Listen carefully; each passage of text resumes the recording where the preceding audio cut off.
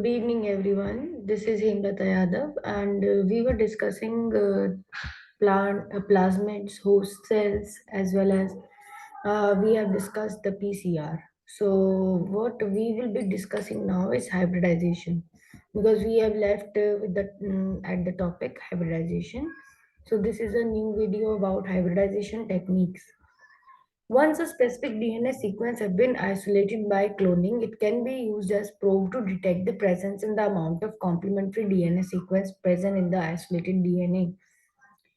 Means whenever we are isolating for cloning our gene of interest, so it can be used as a probe to detect the presence or amount of the complementary DNA sequence, or we can identify the gene of interest by using a complementary probe. What is a probe? For example, it is a short DNA sequence, artificial DNA sequence of few base pair long, which sequence is complementary to the gene of interest. A question can be asked such as, this is a particular gene or DNA fragment present in mammalian cell or also present in insect cell, means what will be about the universality of that DNA fragment? Will it be found in every cell? तो DNA probe क्या होता है? DNA probe का definition आगे दिया हुआ है कि DNA probe are the relatively small single stranded sequences of DNA that recognize and binds to complementary sequences. ये छोटे स्ट्रैंड्स होते हैं डीएनए के जो कि रिकॉग्नाइज करते हैं, बाइंड करते हैं कॉम्प्लीमेंट्री सीक्वेंसेस को. Recall that the two strands of the DNA are held together. क्यों कर पाते हैं? बिकॉज उनके अंदर कॉम्प्लीमेंट्री बेस पेयरिंग का रूल चलता है कि अगर एक बेस ए है एक डीएनए स्ट्रैंड पे, तो वो हाइड्रोजन बॉन्ड करता है टी से, थायमिन से दूसरे कॉम्प्लीमेंट्री स्ट्रैंड पे. लाइकवाइज अगर एक स्ट्रैंड पे सी है तो सी हाइड्रोजन बॉन्ड करता है बेस जी से. तो डीएनए प्रोब भी इसी कॉन्सेप्ट से चलता है. डीएनए प्रोब सिंगल स्ट्रैंड का होता है जो कि कॉम्प्लीमेंट्री सीक्वेंस पे जाकर अटैच हो जाता है सेम बेस पेयरिंग रूल से. इसी मेथड को हाइब्रिडाइजेशन कहते हैं. If a probe can be tagged with the fluorescence, अगर हमने प्रोब को कोई फ्लोरेसेंस मटेरियल दे दिया है या तो रेडियो एक्टिव लेबल दे दिया है, तो it will produce the radio activity. It will produce the show the radioactivity, produce the light, emit the light. Label of complementary sequence can be located either in the cell nucleus or in the gel chromatogram, and we will be able to label it, and we will be able to identify the tagged probes wherever they have attached. किसी chromatogram में हम उसको identify कर सकते हैं because of its radioactivity or because of its fluorescence. DNA containing various sequences, where probe is hybridizing, it is emitting the light. So we have shown it.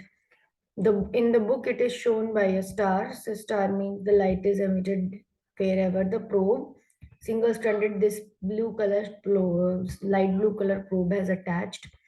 That means it has attached here. So it is showing the light production at this portion. So we have found that the gene of interest is found where the probe have attached.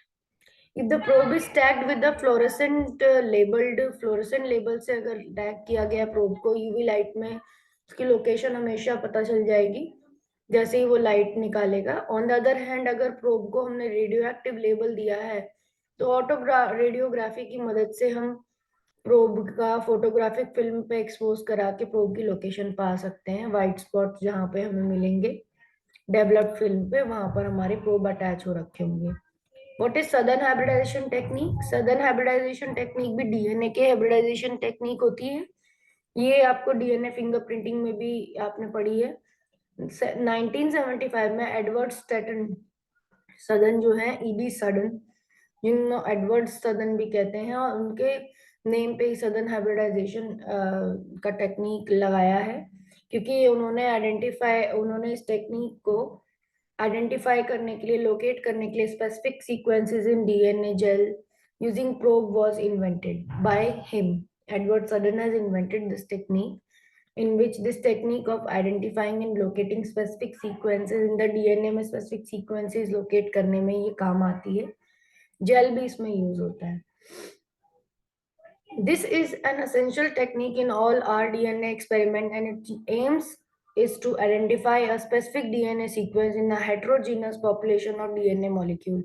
बहुत सारे DNA molecules अगर jail में run हो रहे हैं उसमें से हमारा स्पेसिफिक एसेंशियल डीएनए सीक्वेंस जो हमें चाहिए एक्सपेरिमेंट के लिए वो आइडेंटिफाई करने के लिए, स्पेसिफिक डीएनए आइडेंटिफाई करने के लिए यह प्रोब का भी यूज करता है. एज डिस्कस प्रीवियस सेक्शन में कि principle of technique is based on the ability of probe to seek out and bind to its complementary sequence.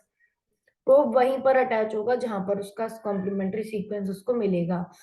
The procedure involves isolation and digestion of total genomic DNA with one or more restriction enzymes. सबसे पहला process तो यही होगा कि genomic DNA को पूरा restriction enzyme से cut कर दिया जाएगा. डीएनए फ्रेगमेंट में जो भी हमें मिलेंगे उन्हें सेपरेट किया जाएगा एग्रोस जेल के ऊपर using the technique of electrophoresis, about which you have learned in class 11th biotechnology textbook में आपने पढ़ा है इसके बारे में. Following separation of DNA fragments due to the size difference, they are transferred to the gel to nylon और nitrocellulose membrane. Jail पे से वो फ्रेगमेंट्स फिर नाइलॉन या नाइट्रोसेलुलोज मेम्ब्रेन में ट्रांसफर कर दी जाएंगी, बिकॉज जेल पे वो फ्रेगमेंट्स ब्रिटल होती हैं तो they are transfer to nylon. In the blotting procedure, the DNA fragment forced from the gel onto the membrane by the capillary action. तो जेल पे से वो मेम्ब्रेन कैपिलरी एक्शन के थ्रू उस पे नाइलॉन मेम्ब्रेन पे पहुंच जाती हैं. The membrane are baked briefly to fix the DNA fragments to the membrane so that they do not diffuse during the next step of fiberization. तो membrane को bake भी कर दिया, थोड़ा हीट ट्रीटमेंट दी जाता ताकि डीएनए उससे अटैच हो जाए, थोड़े से उसमें उससे डिफ्यूज ना हो जाए. Note that the membrane will have same pattern of DNA band as the original agarose gel. क्योंकि उनको हमने सेम नाइलॉन पे लिया है तो वो उनकी पोजीशन डीएनए बैंड की वही रहेंगी जो जेल पे थी. मेम्ब्रेन को ट्रीट किया जाता है सिंगल स्ट्रैंड लेबल्ड प्रोब से अप्रोप्रिएट पीरियड के लिए, which after which the membrane is washed and either photographed under UV light if probe label is fluorescent or overlaid with a photographic film if probe is radioactive.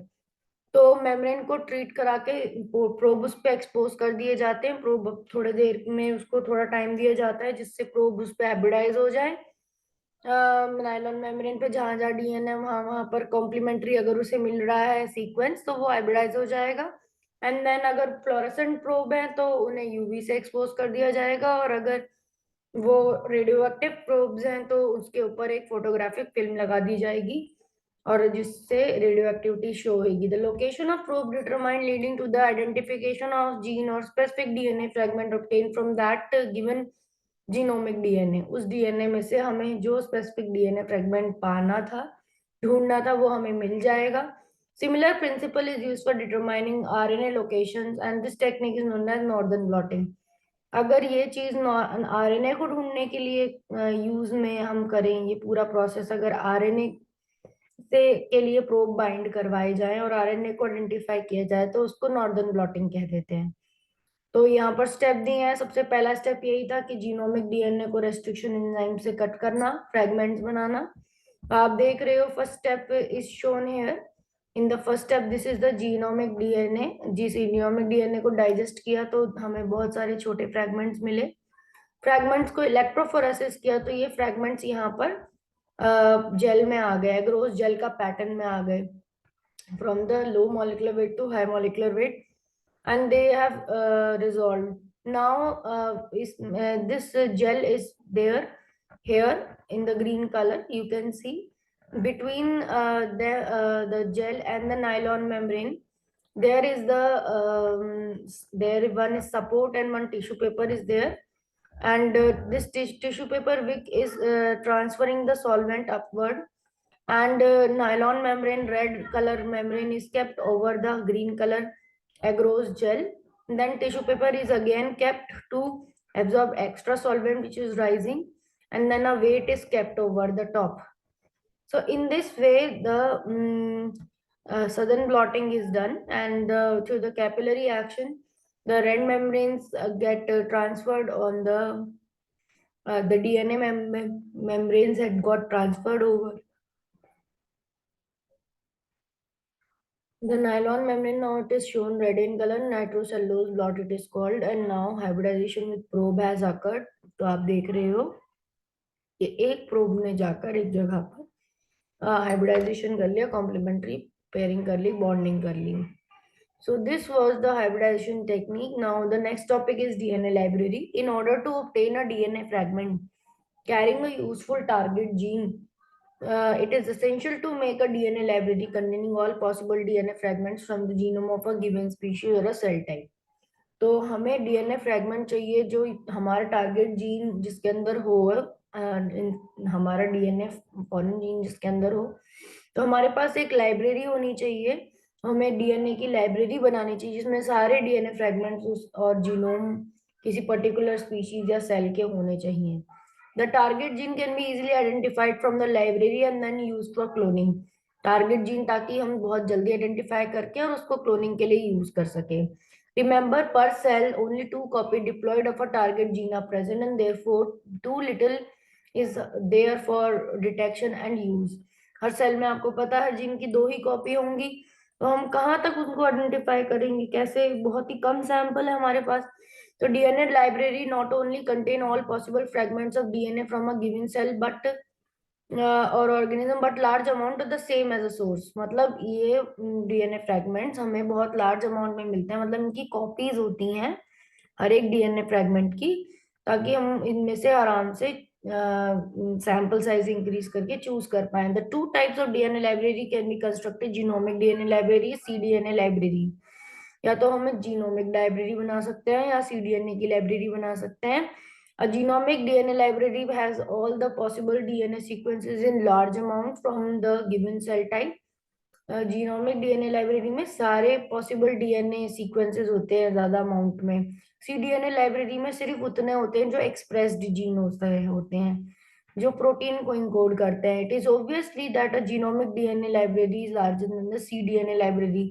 Genomic DNA library इसलिए ज्यादा बड़ी होती है cDNA library से. Whether the fragments are genomic or cDNA protein encoding, these are inserted into vectors such as plasmids and then introduced into E. coli host. The cells are diluted and plated on agarose plates so that the distinct colonies are formed starting from the single cells. Each colony would therefore have an amplified amount of a given fragment. तो यहाँ पर हम इन particular DNA fragments को पहले plasmids में connect करके इनको E coli host में डालकर इकोलाई को हम ग्रो करवाते हैं एग्रोस प्लेट्स पे. वो कॉलोनी बनाते हैं और हमें हर फ्रेगमेंट की कॉपीज मिल जाती हैं in the form of colonies of the E. coli. And however, unlike a E. coli regular library which has classification system, DNA library has to be screened for finding a fragment. फिर हम gene of interest इससे screen करके अपना निकालते हैं. Schematic diagram कैसे construct करेंगे वो हमें दिखा रखा है. जीनोमिक डीएनए के बहुत सारे फ्रैगमेंट बने, हर डीएनए फ्रैगमेंट को हमने प्लाज्मिड में डाला, अलग अलग प्लाज्मिड में, और उसको ग्रो करवाकर इकोलाई में डालकर हमें अलग अलग जीन के इकोलाई मिल गए जिनको हमने ग्रो कराकर रिकॉम्बिनेंट प्लाज्मिड से डीएनए लाइब्रेरी बना दी. तो यहाँ पर इस डायग्राम का डिस्क्रिप्शन दिया हुआ है कैसे बनाई है. To prepare a genomic library, the total genomic DNA is isolated from tissue and organism and then fragmented using restriction enzyme EcoR1. An appropriate vector PB322 plasmid based is also digested with the same enzyme and treated with alkaline phosphate as indicated elsewhere. Remove 5' phosphate groups to prevent plasmid from self-ligation. The DNA fragments are cut, vector are mixed and then treated with enzyme DNA ligase. Each vector molecule के अंदर ये fragment चले जाएंगे और जाने के बाद हमको पता चलेगा कि इकोलाई में ये ट्रांसफॉर्म करवा के हमें ऐसे और मिल जाएंगे ऑर्गेनिज्म जिसके अंदर हमारी डीएनए लाइब्रेरी बन चुकी है. Although a genomic library represent the entire genome of organism may be not be useful in the case of eukaryotic organism.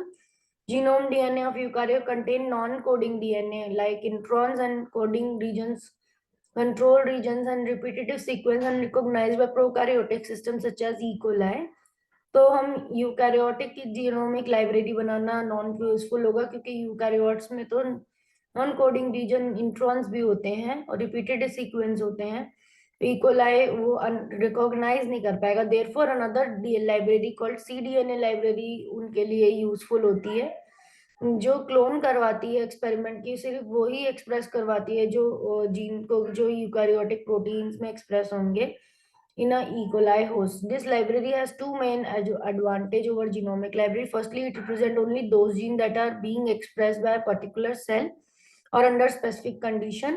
Expressed part का ही library बनाता है cDNA library, and specific condition में जो express होती हैं वही जीन इसमें होती हैं. Eukaryotes which include multicellular organisms such as animals and plants have differentiated cells, which means that different cells, example liver, brain cell, express some common proteins and also other proteins which are not common.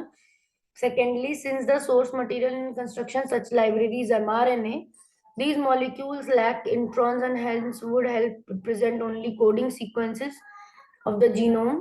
तो इसमें सिर्फ RNA से ये complementary DNA बनाकर बनवाई जाती हैं, इसीलिए ये सिर्फ वो जीन होती हैं जो कोडिंग सीक्वेंसेस है जीनोम के. However, mRNA molecules are highly unstable and they easily degraded by RNases, and hence these molecules are faithfully copied into more stable DNA now called cDNA before cloning. Cloning से पहले इनका cDNA बनाया जाता है RNA से, and RNA molecule क्योंकि unstable होते हैं और इसीलिए उनको पहले cDNA में चेंज किया जाता है कॉम्प्लीमेंट्री डीएनए में, और कॉम्प्लीमेंट्री डीएनए से फिर cDNA लाइब्रेरी बनाई जाती है सेम वे में जैसे वेक्टर में हम पहले डीएनए को जोड़ रहे थे और फिर उन्हें ग्रो करा रहे थे और एम्पलीफाई करके और होस्ट में ट्रांसफर करा के क्लोनिंग करा रहे थे. The construction of cDNA library begin with the isolation of mRNA from the given cell types or the tissues which are copied into cDNA using a special enzyme called reverse transcriptase. हमें ये reverse transcriptase नाम की enzyme इसमें use होती है. The procedure result in the double stranded cDNA procedure double standard cDNA का use करता है which can be incorporated into vectors such as PBR322, और वेक्टर्स PBR322 में cDNA आराम से जुड़ जाता है. तो this lesson is related to the cDNA library and DNA genomic library. DNA libraries, that means complete genomes where one sequenced and added into the cells. Then it also tell you about hybridization techniques, southern hybridization and northern hybridization. Principle of hybridization. Two types of hybridization: the fluorescent hybridization or radioactive hybridization. What is probe? DNA probes के बारे में बताया. DNA probes are relatively small single-stranded sequences of DNA that recognizes and binds complementary sequences. और आपको DNA library के बारे में इस चैप्टर में बताया हुआ है. This is the diagram. Genome लेंगे, फ्रैगमेंट करेंगे रेस्ट्रिक्शन एंजाइम से, डीएनए फ्रैगमेंट्स मिलेंगे तो उन्हें प्लाज्मिड्स में डालेंगे, ligating DNA fragment to plasmid vectors, transforming the into E. coli and then E. coli को ग्रो करा देंगे. सो आई होप आपको ये लेसन समझ में आया होगा on making the DNA library. I hope you like this lesson. Please hit the like button. Thank you. This was chapter 1 of biotechnology class 12th.